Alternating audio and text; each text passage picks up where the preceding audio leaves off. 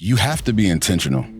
And I would even throw in the word strategic, have strategic intention on where it is that you're going, the vision that you have in place, but also what are you going to do to develop those people that are under you. When we're talking about leadership and when we're talking about environment, somebody is trusting you with their time and their skill set. A great leader is somebody that is there, fosters their people on and off the field, is constantly reminding the vision that creates that amazing culture. If you are a leader that is average, your team that you hire, you're so used to them being below greatness that now when somebody elite comes in, you don't know what to do with them. When a leader lacks in a certain area, whether that's goal setting, whether that's making sure the vision is plain, you're giving permission for everybody that follows you to do what you just did. And, honestly. Hey, what's going on, guys? Welcome back to episode 2 of WaveMaker Leadership. I am the host, Javon Blue, with Jeff Fisher. What's going on, guys? Hope all is well. Let's go. So guys, listen, this is episode 2, and let me tell you, episode 1 was great. If you haven't watched it, please go down to the show notes and click the link for the first episode so you can see what we were talking about far as the heart of leadership, right? And what we're going to be talking about today is going to not blow your mind, but it's going to make you think about something when it comes to leadership and who you are submitting under to. So I'm ready to get into it, Jeff. Are you ready to get into it, brother? Let's dive in, man. Let's go. Let's do it. So, guys, what we're going to be talking about today is the dangers of mediocre leadership or the dangers of average leadership. And I feel like this is very important, especially within society today, as more people are starting teams, starting different things within culture. We have to know what are the dangers of leadership that is not helping develop the people that are under them. So let's get into it. Let's dive into it and let's have a good episode. All yeah, right, absolutely. Jeff? Thank you so much. What you're talking about, average leadership, all that, it's like cultural drifts, essentially. Yeah. That's how I look at it. You know what I mean? So negative wins happen. Gossip spreads. Accountability, it disappears. Standards weaken. That's what I wrote down. Some things like that. When leaders aren't intentional, it just drifts off. And there's energy to every room, really. Yeah. So if you're average, you could leave that room dormant if you're not inspiring other people. And it's not going to lead to productivity. Listen, you said something about intention. And I think when it comes to leadership and also when it comes to the dangers of average leadership, right? Yeah. You have to be intentional.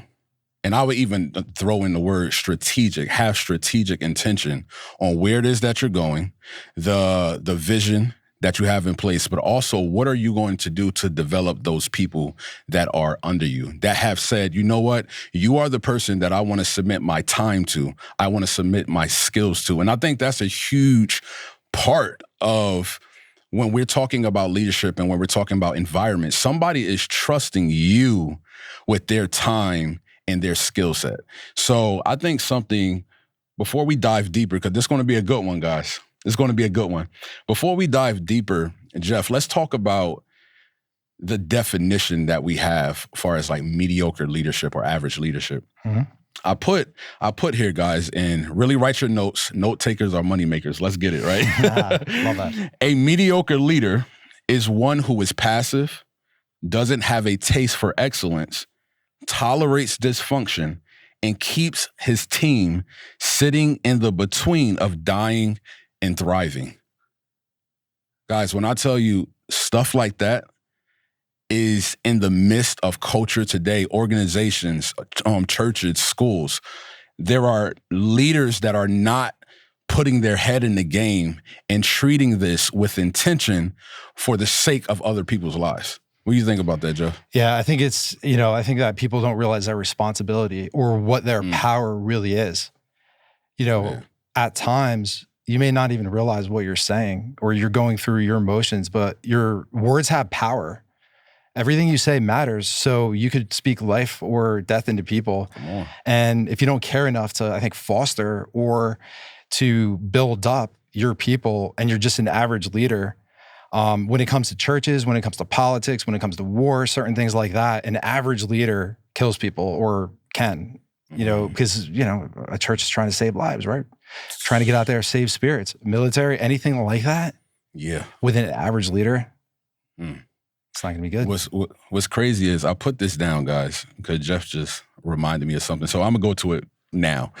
When we're talking about leadership, right, we have to understand that there's 3 levels of leadership. And this is just my aspect of it.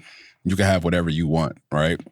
But there's 3 levels of leadership that I think everybody should take into a framework when you commit to something, when you wake up in the morning and you're going out. The 3 levels of leadership is yourself, your household, and your extended assignment, right? What do those mean? Yourself is your mind, your body, and your spirit.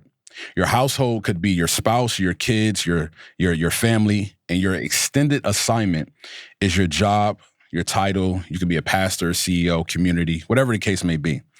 But each one of these are a gift from God so that you can bring greatness into the earth.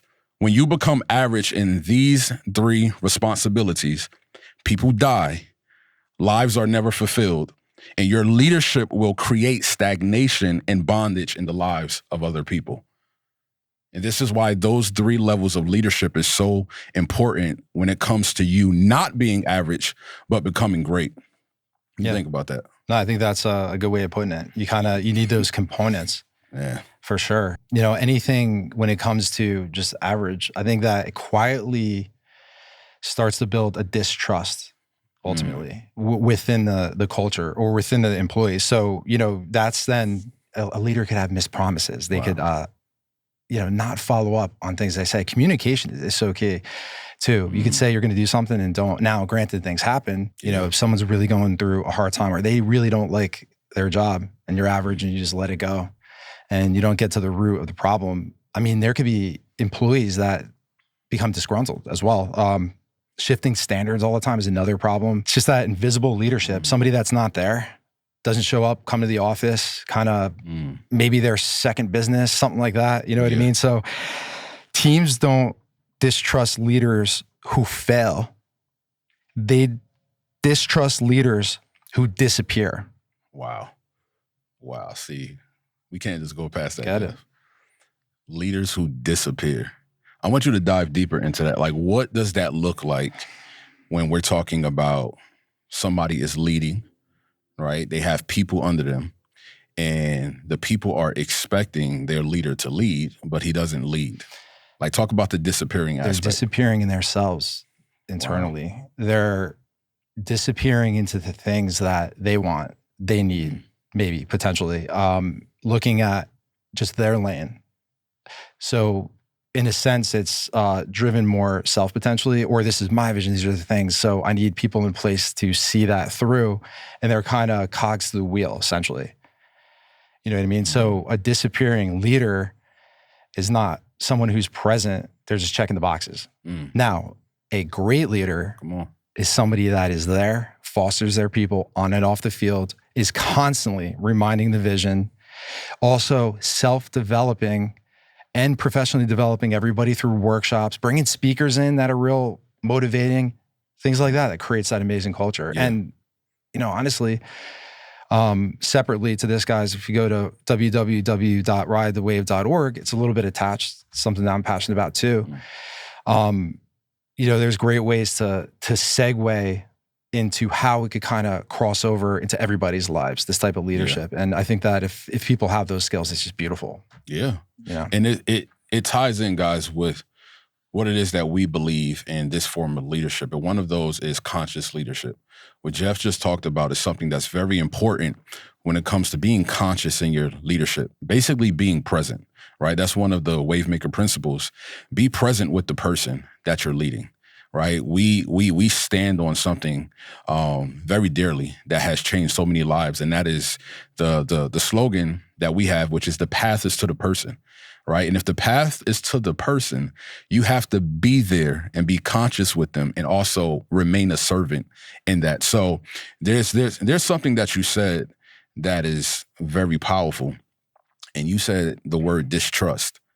right? I think when it comes to leadership, especially when it comes to mediocre leadership, they don't understand that there is power when the team trusts you.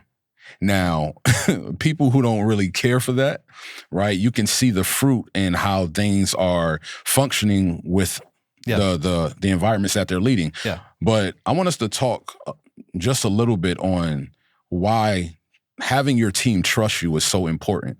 Because for me, guys, when it comes to if I'm giving my time and I'm giving my skill set and I'm giving everything that I have to somebody who wants it, I'm giving it because I trust that you will take it to the place where you want us to go.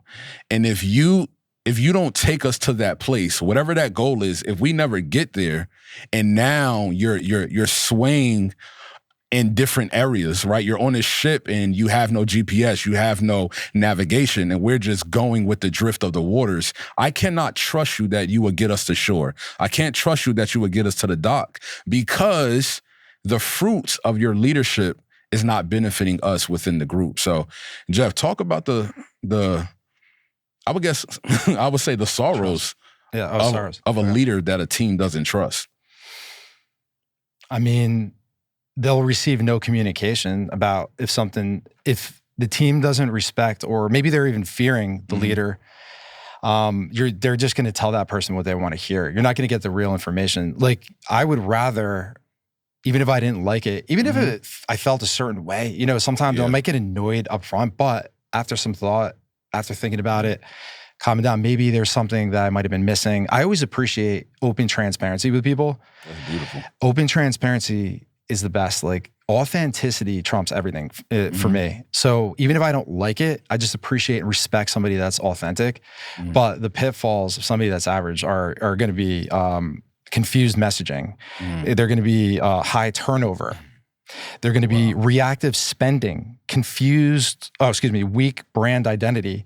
Trust equals profitability. You said something.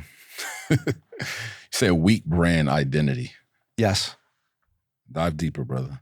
Yeah, I mean, you're maybe not going to invest in certain things just because you want to fill in a box or you want to make money, but like maybe you won't look into the quality aspects. It's honestly, I would say, when it comes to weak brand identity, you're going to have like a corny type setup. It's just going to look, all right, this day and age, it's so hard because people have such short attention spans and are attracted to quality branding. And with everything, especially with AI, everything's so oversaturated now. So if you have branding that's a little weak and you've been around for a while, you don't plan to upgrade it, it just shows you the leader's heart, essentially, that they don't care too much about the vision. But at the same time, so they don't care about the vision, and probably they don't even have one. Yeah. And if they do, they don't even believe in it in the capacity that it will allow them to keep moving.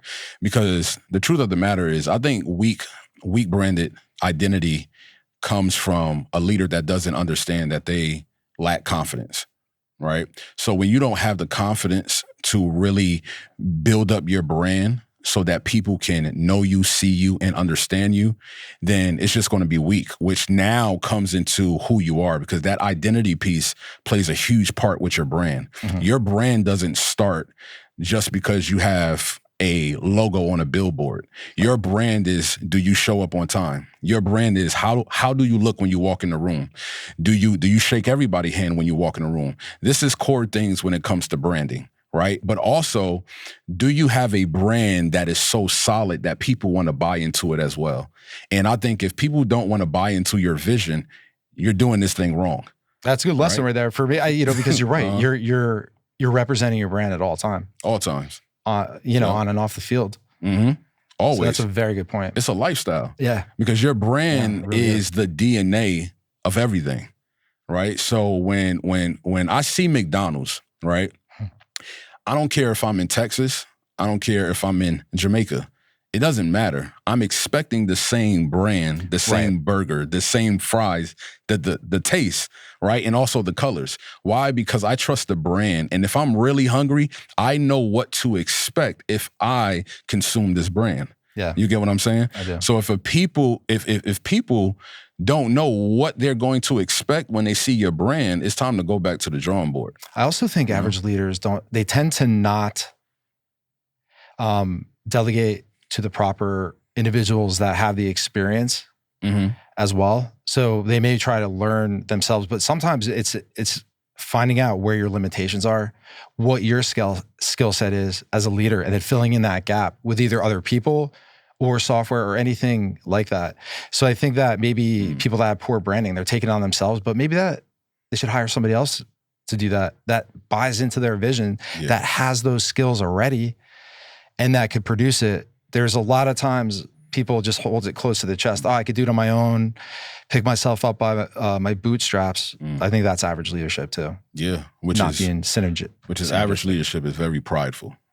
It is. It's very prideful because, we talked about this on the last episode where if you can accept help, like you are leading bad in that area of your life. You get what I'm saying? And something that I put down here, guys, is mediocre leadership doesn't look at themselves when things go wrong. They blame the team or they allow the ship to sink, right? Because what you're saying, Jeff, is so powerful because before they even get to all of that hiring teams and, hey, we need somebody else that's better than us, you have to even be aware that something is even wrong. There are many mediocre leaders that are out here that don't even believe that where they are, the situation that they is even wrong. How do leaders slip into that, into average without realizing it? They don't have a clear goal as to why they're here. So it's a goal. It's always a goal. And you think that has to be written? Always. A goal, let me put it here. A goal not written down is just a wish. A goal not written down is just a wish, guys. You have to understand that. Your goal, right? Really think about this. Your goal is the one thing that will be the exit plan out of your past. If you have that goal written down and you wake up every single day and you see that goal, you digest that goal one day is going to be the exit plan out of your past or your current situation.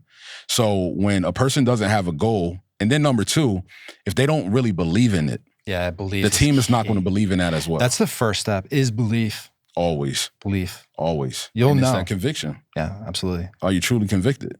Yeah.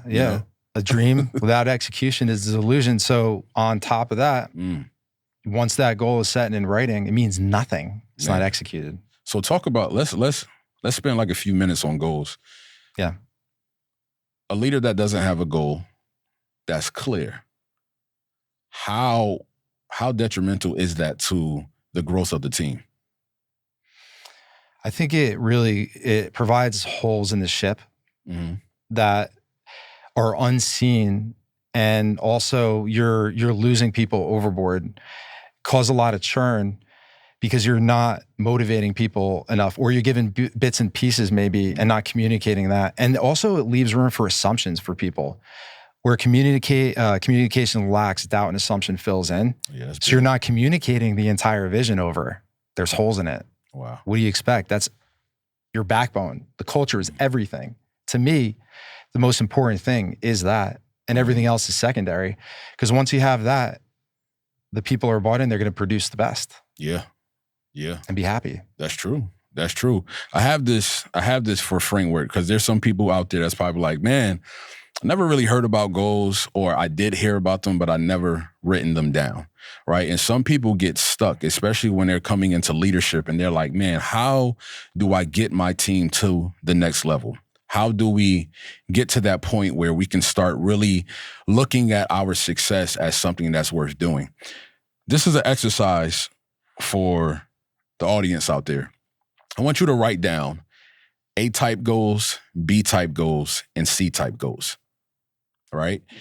And what these type goals, this is what you're going to do for each of these goals. An A-type goal is, I know I can get it done.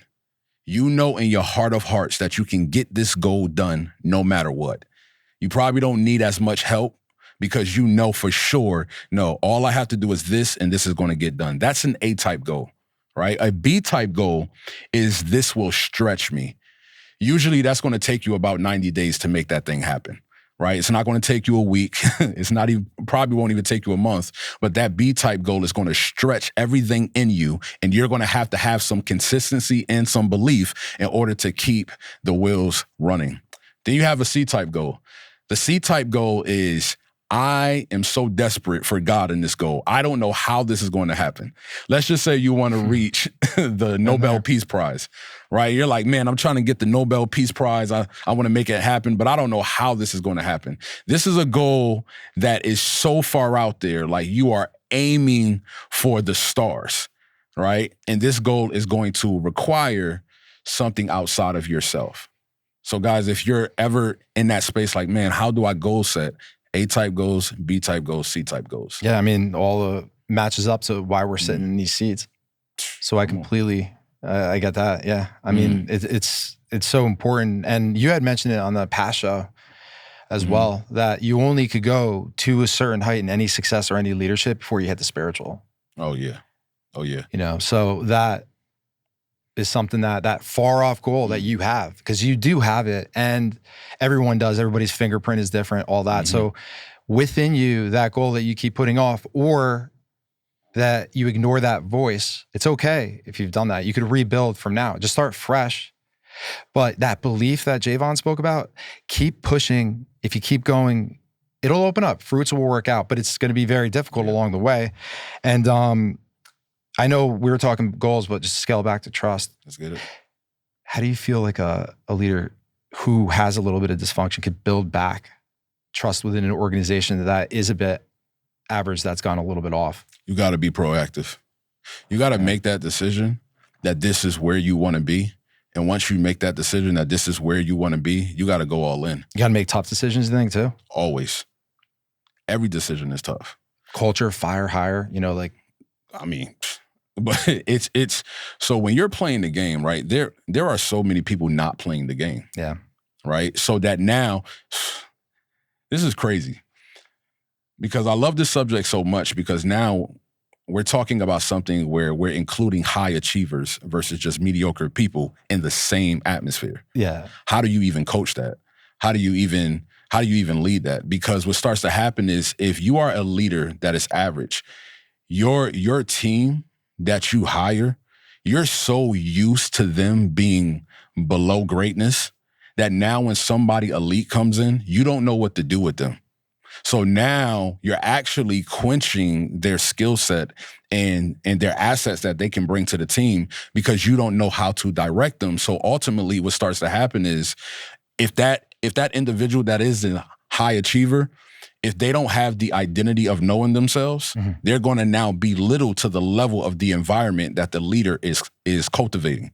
And that's horrible, bro. Yeah, and I also think a good leader would try to learn and be humble enough to do so.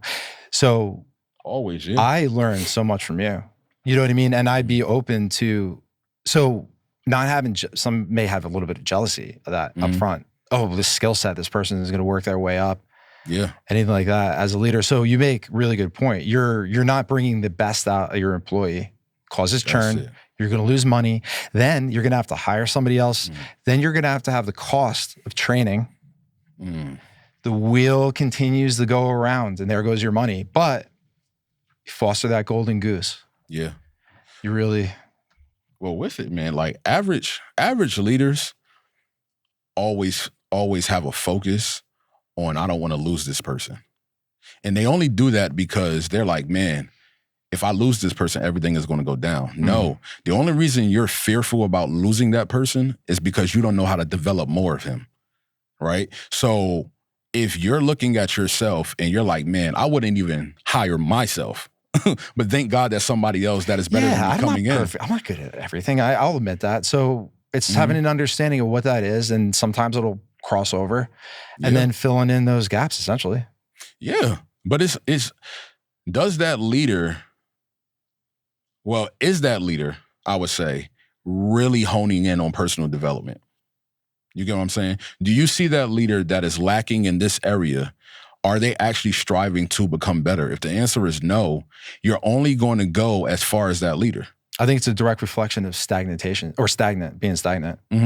So There's a glass ceiling. yeah, there is a glass ceiling. Right? So when you're looking at your development, your spiritual development, your personal development, you can't go past that. Yeah. This is why it's an ongoing development process. Yeah. And even when we look at success, I learned it this way. Success is a moving target. Yeah. It's never like, I reached this and then no. It's never what is expected. Bro, it's always moving, because the moment, listen to this, guys, well, audience, the moment you hit that goal, the moment you hit the goal that you've worked so hard for, I promise you it's going to get old. And then your mind is going to be like, man, what else is out there? What else can we do? What other business can we start? Because success is a moving target. So don't ever get wrapped up in the end goal. Get wrapped up in the process of always becoming. All right? Yeah, that makes sense to me. Yeah, it does. It's but also know the finish line. Know the end is near with that vision. So know where you want to go too. You know, the hardest part of people when they run a marathon is when they're in the middle. When they're at that middle part of the marathon where the finish line's a bit far away and there's pain in the middle. Yeah. So, you know, if running that, having that knowledge of that vision that you're going towards is very, very important. And to have an understanding of your compass while you're navigating the ocean and all its waves. That's your point. So it's very, very important to, I think, intentionally self-develop, like Javon said, and also, you know, really get to the bottom of a vision, write it down, at least start. But mine was always moving. It changed. It changes. It's not. What, the goal? Yeah. Like the vision originally had changed and started to progress. So I would also not limit the vision as well if it expands. Well, the vision should rarely change, but the goals should, right? So so you have goals, right? But then within those goals, you have assignments that you have to do. Assignments change. It could change daily. It could change weekly, right? Because if you're starting a business, for my business people out there, if you're starting a business, you may have to wear every single hat when you first start. That's just the reality of the situation. Yeah, right? it is. So, but I will always say most people start really as like self-employed business owners, I would say. And this is what I mean by that. Somebody that's self-employed versus somebody that is a business owner is two different things, guys. A business owner can actually come into the game with capital and hire a whole team of people, and they never have to do that. Somebody that's self-employed now picks up on all those hats, and they're now working in the business and on the business as well. So that plays a huge part. But when it comes to certain things, man, there's something that I want to get back to and then go forward about the mediocre leader. And I put here because this thing of feelings actually triumphs a lot of like action. And I put mediocre leaders lead with their feelings more than they lead with conviction in their hearts. And their head is not in the game, and the health of the team is no longer their priority. Jeff, when we're talking about priorities when it comes to leadership, what do you think should be the main priority of that leader? The main priority should be to build your people up. And the path is to the person. It's who we are. So that's what we represent. We'll always go that route. You know, so that is where the ROI. So people have to stop with all the, you know, the technology, I get it, you know, it's all streamlined and everything, but, you know, I think that anytime you're helping somebody to better their lives, that's when that loyalty is going to come too. Yeah. So an average leader would neglect that. There you go. Build that people up. Yeah, absolutely. Let's talk about something real quick since you just said it. Let's talk about average leaders that don't develop people. That don't develop them. Yeah. Listen to this, guys. This is powerful. A culture flatlines when people aren't growing. And signs a leader isn't developing their team is this right here. Really write this down. Tasks delegated without purpose. No conversation about personal goals. Little coaching or any challenge at all, and people are kept in survival mode. I want to pinpoint on something right here with the first one. It says task delegated without purpose. This happens when you become more focused on being busy than actually being productive. And Jeff, talk about that. Like, why do you think it is such a huge deal that tasks cannot be delegated without purpose? Like no vision, no goal, no nothing. Like, why is that such a big deal when it comes to the growth of not the growth, but developing the team? It's just you're going through the motions. You're just pushing the buttons. I think that everybody's just working as a component to whatever it is, but there's no passion. There's no, you go to work and there's no, what's the end result of the work that I'm doing? Wow. I think people may feel that, but a true leader could inspire them and will let them know what the end result. I always thought, like, for example, I worked for Semco Aerospace. Mm-hmm. They did crew mast slides, rafts, and every 5 years they would have to be overhauled out of an aircraft. So like a Delta aircraft, you have to certify them, change the parts, all that kind of stuff. And the fire, like these fire things are these like bombs that would go off if a fire is in the engine, explode and take out the fire with foam. Yeah. But it's the guys that are doing the work on that, to them it's average, but you guys are saving lives. If this doesn't work, or when it does, it'll put out a fire. The end result to safety equipment, in the end, what you have your hands on, the work that you're producing, the fruits of your labor, there could be people that could be in the ocean and survive because of what you did. Now, everybody would just go to work average and just not do that. So it's really trying to extract and provide. That's good, man. That's good. You mentioned something with passion, right? Yeah. I actually learned this from Darius Daniels. Shout out to him and Daniels Den. I want to just say this as far as like clarity, guys, like the difference between passion, talent, and purpose, right? Because people get those mixed up, and now they're doing something that they're not even supposed to be doing, and then now those people are in leadership, right? Write this down, guys. Passion equals what you want to do. Talent is what you're able to do, but purpose is what you're born to do. Your purpose is what you're born to do, but it is not what you want to do all the time. And that's for anybody that is really diving deep in leadership, Jeff. Like there's times that the Lord has called me to do something, and I'm like, Lord, I don't want to do this. Yes. I don't want to do this. I understand. I don't want to be around the people. I don't even want to be around the environment. I just want to do, a lot of times, watch this, I want to do what I'm talented at, what I'm skillful at. Why? Because I can control it. Yeah. I can get better at it. Yeah. And that's where I like to thrive versus, man, I got to do the thing that, man, I was really born to do this. But a lot of times the nuances is, man, they're in environments that I don't want to be in. You get what I'm saying? Yeah, I do get what you're saying. I get what you're saying. I think that, like, I don't know, for me, I've crossed a bit of a barrier with that. I'm pretty open to jumping in, diving in. I think that taking on this venture, I've stuck my neck out so far. You have. It got cut a couple of times, but I don't care. Like, I just kept going. So I've like almost gone through the scars to where any call almost. Yeah. It takes certain something to push through that. I think that the average leader doesn't go through that. They don't cross that barrier, shatter that paradigm. They don't put in the. I feel like the average leader stays at a low level of leadership. Well, not a low level. I would say like a tier, different tier of leadership, which is management mode. How do you feel about comfortability for that too? Well, hold on. Let's talk about that management mode, because let's go. You sparked something. That's the only reason I'm saying this is because, like, when you're supposed to be driving the ship, when you're supposed to be like really driving this thing, and you're in management mode, meaning you're just making sure nothing breaks rather than, no, we need to produce more. That hinders the growth of the team.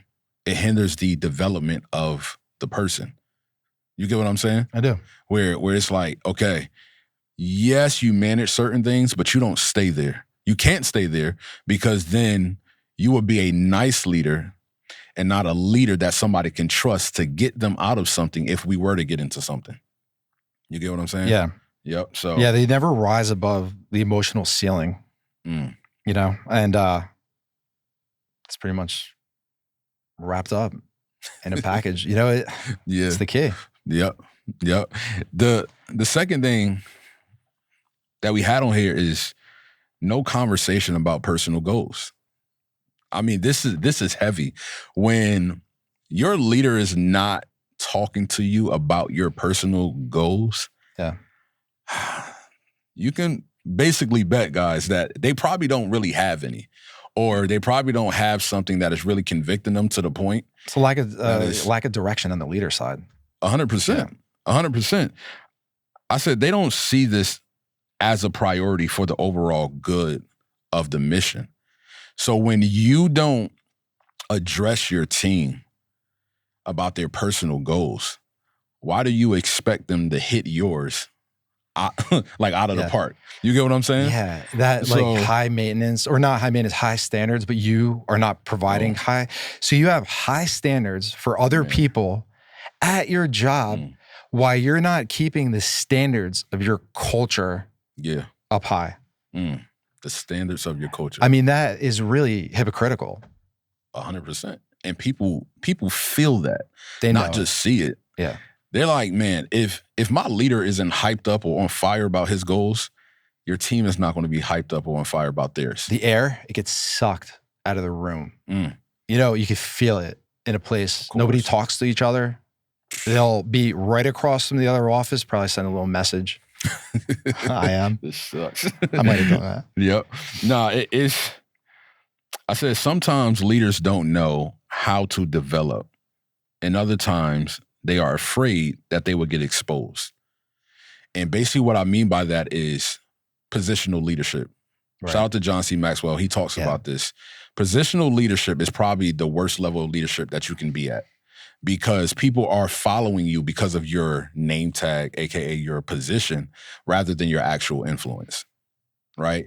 If I want to hire somebody within my company as like a leader, I think the first thing that I would ask is, do you have any evidence of people following you? And what was the fruit of that before I hire you? I want to see evidence of your leadership before I give you the position. Yeah, what kind of mentor, if at all, they were or are. Boom. Things like that are really important. That's a good point. That plays a huge part. Yeah. It does, because I want to know the resume.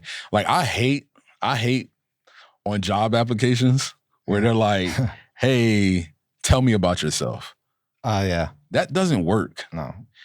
I would say this. No, I'll give you a list of 20 people and you go talk to them and then come back to me and then let's have a conversation to see if I'm the right character of leader that you need for your company. Not me telling good things about myself. Do you think the process of hiring is outdated? It's ridiculous. It doesn't get the right leaders. It get the right employees. We're going to do not the leaders. We're going to, for us internally, we'll have a different style hiring process. We're going to create a new one. Taking them to the gym. A WaveMaker hiring process. It's not going to be like your average process. Yeah. Exactly. Take a plate, get to know. And you know, it's like Vanessa, for example. Shout out Vanessa. We love you. What's up, Vanessa? We're hoping she comes on the team eventually. Wave Outreach. Just saying, no pressure, no pressure. Having that love, that personal connection will put you in a position to be able to maneuver so many various things. I don't want to say control, because you're not, if you have a good heart, you're not going to be able to do that. But there's a respect aspect to it. You're going to gain someone's respect too. And if people could look up to you. But I think it also is really important, as a strong leader will always have somebody above them, somebody either something that they're working on to better themselves. So for me, I never want to be the smartest person in the room, or I'll try to avoid it at all times. Yeah, be the biggest servant in the room, right? I think that's the rush that you should do. Or the biggest receiver if people are higher level than you. But that's the whole curiosity. Point of serving. You know what I'm saying? Because automatically you're just going to receive from the right place, I would say. So that plays a huge part, man. And like I put this here little coaching like challenge. I think when it comes to mentorship, and people need to understand this, mentorship and coaching is two different things, right? My coach is somebody that I see during game time and practice. My mentor, like real mentorship, and I say this all the time that people be like, hey, can you help me? Can you mentor me and all this type of stuff? I'm like, you're in a rush for the wisdom, but you're not in a rush for the process. Yeah. The mentorship will have you getting up at 4 a.m., 5 a.m. in the morning. The mentorship would say, cut this out. The mentorship is more of a commitment, right, than it is just you being on time to practice.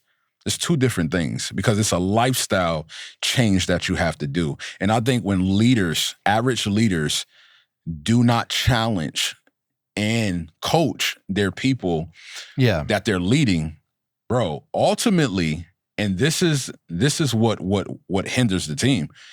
Ultimately, they're going to find their leader that will help them, and now you have these conflicting ideologies in one space because they don't trust you. Yeah, you need a culture map, a roadmap. Really, culture map. Culture map, yeah. So when you're navigating the seas, you need your map as the captain. You know, I think so. It's important to put that forth, and you know, things like as a team leader, morning huddles. What do you think about nice leaders who don't hold standards? They're the worst leaders, and they need to get out of position.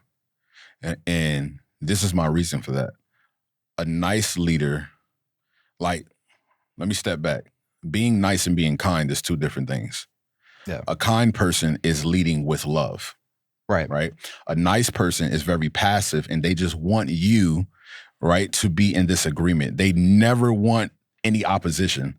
So they'll just let you do whatever they want to do for the sake of not offending, for the sake of not losing you. A kind person is, hey, I love you, but I also respect you. And I also respect myself. So when you have a nice leader, right, and he's just allowing anything to happen because he don't want any friction, there's no standards in that room. For the kind leader, how do you make sure nobody mistakes kindness for weakness?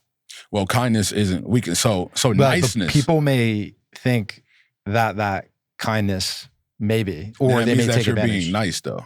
Okay. So because the kind person knows when the kindness needs to be applied. It's not their identity. You get what I'm saying? Love and tough at times, having that accountability, you know, not just trying to please everybody each time is important. It's very important. It's very important. Because love is not just this cuddly feeling. Love is a power. It is. It's the most powerful force. Literally. Like it can overpower hate. It does. You get what I'm saying? Yeah.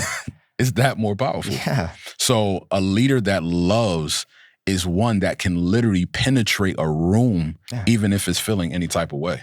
Yeah, that radiate positivity. You walk in that room and you could radiate, and you really do take over in a sense. It's a being, yeah. And it's not pride though. So I think that people, or, you know, leaders have to understand there's a fine line there. You have to always watch out for it. You should be afraid of that, your ego. It's a series of being connected and a series of being disconnected, you know, for me spiritually, but also looking under the hood, your anchor points, you know, what's going on. You mentioned self-development, self-reflection is so important and all that. Dude, you just said that, like self-reflection, self-examination, right? Like, I think that's so important because like with me, I'm like, man, do not take any offense to this, guys. But I have something called like a Fat Bastard series, right? where I'm aware of what I need to fix, but it's not my identity. And this is when it gets real, bro. An average leader doesn't call out what's about to kill you. They allow you to get to your deathbed, and then they will say, I'm here to help you. I'm here to pray for you. And it's like, no, bro, I have to distance myself from you in this area because why for 20 years you never called out when I was leading to diabetes, when I was leading to so much. But now since I'm on my deathbed, you want to lead in the way of prayer or like, oh man, I empathize with you. No, you don't. Where was the preventative prayer? Where were you? Preventative prayer. So I appreciate the leaders that call out the standard that you should be held at. You get what I'm saying? So I think that plays a huge part in that right there, that conviction, that challenge, and that coaching. And to take it to WaveMaker Leadership, sort of within our framework, some new developments, CVO, which Chief Vision Officers within larger enterprise organizations, which would be essentially somebody that, and I think to certain extents it exists, but really a different model to enhance it. So, somebody that would be point within an organization that really would head up the vision for the leader, but in tandem, but police it ethically, externally, internally, all that. We'll get deeper into that, guys, as we go and we get more into the leadership program itself. But, I think the average leader, they ignore the voices of the team too. They're not paying attention to what their people are saying, Or not saying. Oh, come on. You have to hear the silent cries of your people. The most dangerous thing that can happen in any relationship is when the other person stops talking. That's dangerous, bro. That's right. Marriage. Oh man, that's my mind. Silence. Went there. That's silence. That's the worst. My married people out there, Silence. You need to take action, but you probably just don't know Kristen's how. mad in the kitchen or something. Yeah, that's dude. It's the realest thing though. Like you can't allow the silence to stay because it takes up every space of the room. You get what I'm saying? So I think when you don't hear the silent cries of your people, bro, there's something wrong with you. You may need a sabbatical and take a step back. It's a good point. And I think that maybe it could be lost in the numbers. A lot of people just dive into the process. Yeah. And not the people. Process, not the people. There should be a little bit even, some could be more into the quality and attention to the work and the process and all that, which is great. If you're that type of person, you should get somebody else that could be a manager that could do the opposite. Because you know what, brother? Many people are great at hiding behind work. Yeah. Because if I can hide behind something, then that means that people won't ask questions. I also don't have to acknowledge my pain. It's the hiding. Acknowledging your pain. You want to know what's powerful about what the Bible talks about healing? They say, confess your sins to one another so that you can be healed. Jesus saves, but the healing comes through community. It's very That's true. the powerful thing. Yeah. So when there's a leader that is not healed, that, I'm telling you, that bleeding will get into the team. Yes, you lead while you bleed sometimes, but you don't lead while you're hiding in your pain. And it's a series of Band-Aids on bullet holes the whole time when you're just, just going through the motions of plugging the leaks without that full scope of vision, goals. Here's where I want to be. Me personally, we have this vision. So the vision is there. It's written. Right now, I don't foresee it moving. But the goals, I'll do three things each day at a minimum, tasks that I know will lead me to the purpose, no matter what it is. And it could be a small task or it could be a big one. Whatever it is, just a minimum of 3. I got to know that today I've done these few things to align myself that'll put me in a direction to get to the end result. Yeah. So intentionality. Intentionality is everything, man. I'm telling you. It's when you don't move with intention, it's like everything around you is respecting the pace that you're going at. So if you're like, man, I don't understand why this isn't moving faster, you're not moving. You get what I'm saying? Yeah. It makes no sense. Yeah. You're expecting stuff to move at a different pace, but you yourself, like every leader got to look at themselves. And it's hard. It gets tough sometimes when you want to go against your disciplines or you want to relax and go with your feelings of being tired or anything like that. Yeah. It's tough to motivate. It's tough to self-motivate. How do you self-motivate, Javon? Motivation is not, it doesn't last in hard times. Okay. Discipline does. It's a good one. Like let that sink, because this is stuff that I'm saying to myself, guys. Like there's these moments where I'm like, man, like I know I need to get off this weight. I know I need to like get better. Like there's a mindset that I have that my body is not catching up with because of motivation. Okay. I'm looking for the music. I'm looking for the feeling, but the discipline is what overpowers the motivation. You nailed it. You know what I'm saying? That's what you got to do. Yeah. That's it. Yeah. But if people would get So more true. disciplined instead of motivated, things would get done. Yeah, I'm in this great program. Shout out, guys, to Thomas Williams. If you guys check out Thomas Williams online, go to Winning Edge, Google that.